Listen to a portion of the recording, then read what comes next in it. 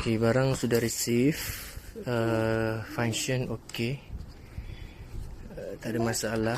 Cuma ada problem sikit dekat bateri ni. Bateri ni kalau perasan dia ada kembung sikit. Nampak tak? Dia ada kembung. Dia kembung. Dia agak bahaya lah kalau kita nak guna bateri kembung ni.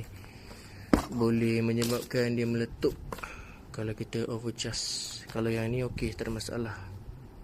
Yang ini masih lagi flat. So kalau kita overcharge pun dia kembung.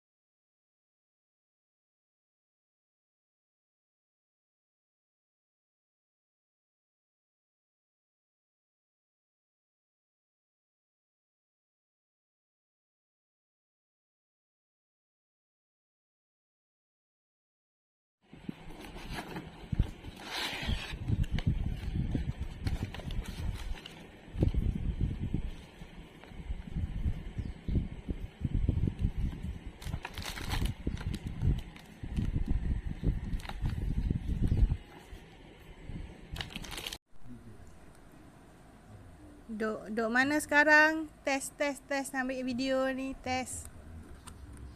Dekat hujung rumah Ubi City lama. Sekarang ada kat hujung rumah Ubi City lama. Nanti kita try pergi ke flat.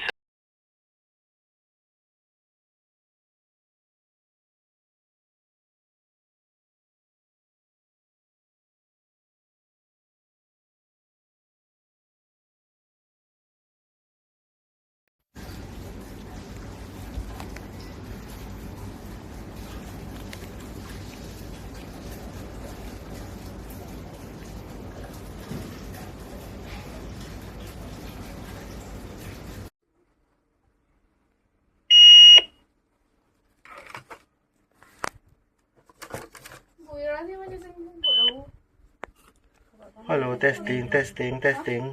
Hello.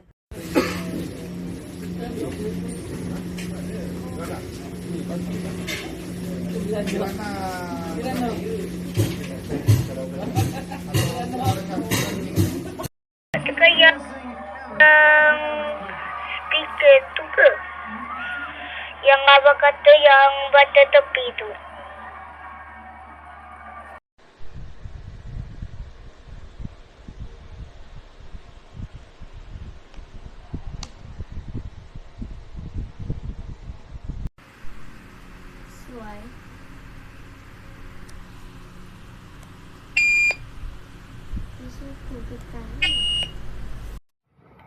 Saya sekarang dekat office.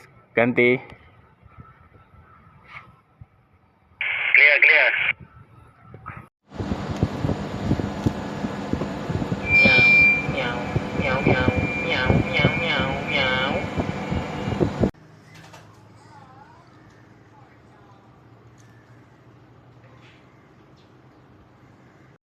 Tadi buat overcast ke dia.